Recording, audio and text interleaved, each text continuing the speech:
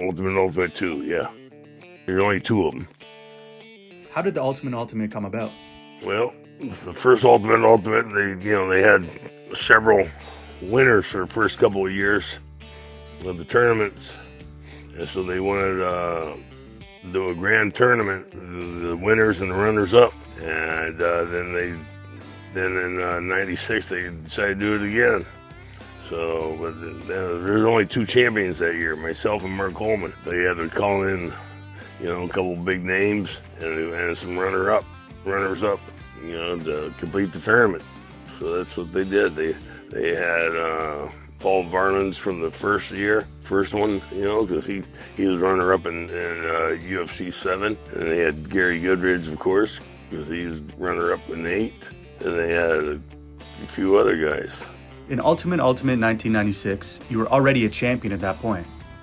How confident were you going into that tournament?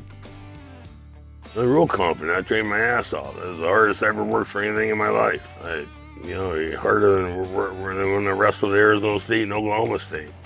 I worked really hard for that tournament.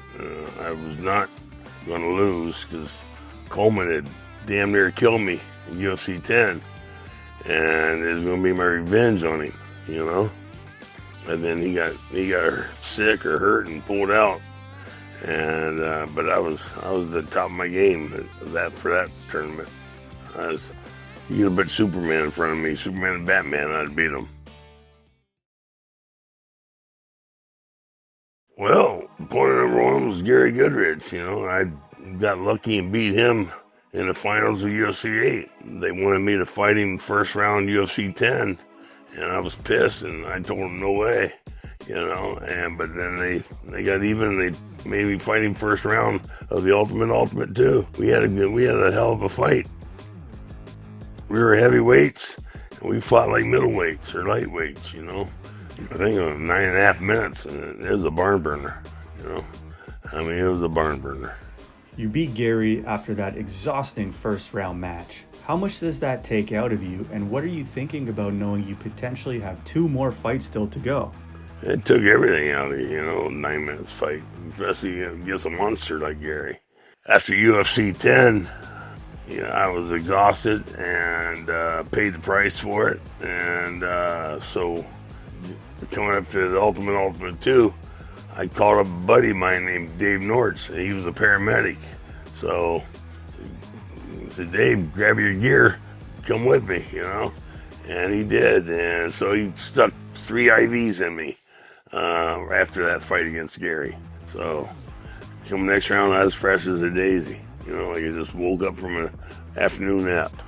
You get through Gary Goodridge in a barn burner, as you say. You get some IV, you're feeling fresh. You go out there for match 2, and you fix a fight against Mark Hall? What's going on? Yeah, that's what I thought too. Jeez Louise. What's up with that? I don't know. You have to ask that idiot. But it had nothing to do with me because I never left the locker room. My guys, I had Rainey Martinez, Sam Sotelo, Rich Moreno. These guys, they were Rainey was an ex-sniper in the SEALs. Sam was ex-detention officer. Rich was ex-Marine. So they gathered up the big shipping crates, and they built me my own little locker room, out there in the hallway. And so that way, because they wanted everybody together, and we were like, nah, bullshit. We're not gonna be with everybody else. We got our own plan. And so they built me in my own little locker room. So I stayed in there with the IVs. So you tell me how the hell I can get out there and arrange a fixed fight. Didn't happen. Not possible. Talk to me about fighting Mark Hall. I already beat him twice that year. Once in UFC 10, which I took it easy on him because I thought I was a great Don Frye, and I felt bad for the guy because he's only 180 pounds. So I took him down and just attacked his ribs. I should have went for the head right away. So it cost me between waking up sick that day and wasting my time with that moron. That first round, and then the second round I fought Brian Johnson.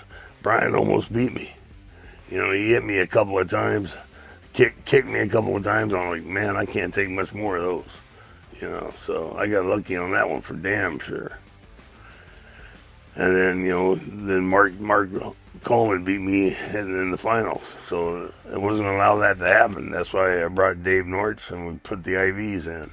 You get through Mark and you make it to the last round again. And now you're matched up with a guy who had a bit of a reputation. Right. Tank Abbott, someone who you also have history with. Now, did that begin before or after this? Well, he was a bit of a dick up there in Denver at the first Ultimate when Dan beat him. And Paul Herrera tried starting to fight with me there, you know, but I just ignored him because I wasn't going to allow that to happen. You know, I wasn't going to screw myself out of getting into the UFC. So, you know, both of them tried some shit. And so, you know, I ignored it, and then we come ready to fight. You know, whoever they put in front of me, they gave him the easy way. You know what I mean? They gave him Cal Worsham first round. Cal's a tough guy, but he almost died at UFC 9. You know, he fractured a rib and punctured a lung. You know, and that was back in May. And there's no way you can overcome an injury like that and be ready to fight in December, 6 months later. You know, so they made it. They gave him to Abbott first round because they knew, you know, Cal was game. Cal was game, but he just wasn't able to do it, you know, because of the injury. Then second round they gave him Glass Jaw Joe. You know, he knocks out and almost looked like he killed him. They made it to where Tank could win the fight. You know, they wanted him to be the face of the UFC. You know, come to our final match, you know, we both got after it. And he claims he knocked me down. I walked in there and I went boom, sideways, and I went heel. When my feet were together.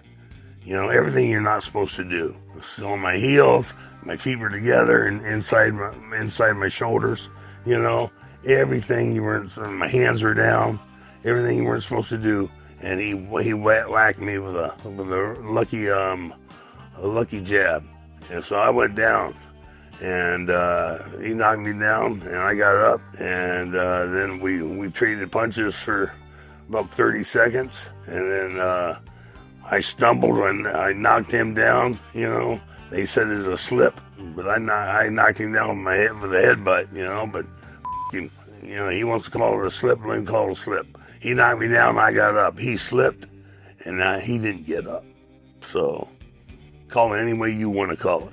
Was that a more satisfying victory than normal, based on it being the finals, based on it being against Tank Abbott, a guy you had a history with? Did that victory feel a little bit sweeter than normal?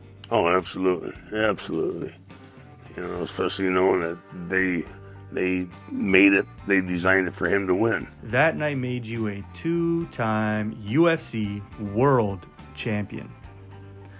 What do you hope people remember about Don Frye in the UFC? Hell, what was I, 9-1? It's a pretty damn good record for the UFC. You know, and I fought everybody they put in front of me. I didn't ever balked, never bitched about a pound, you know, never bitched about anything. I fought everybody they put in front of me. Every one of my fights, none of my fights went the distance, you know. I either submitted or knocked them out. Even the fight I lost didn't go the distance. I'm Don Frye, and you're not. Subscribe. Learn how to be a man by watching me.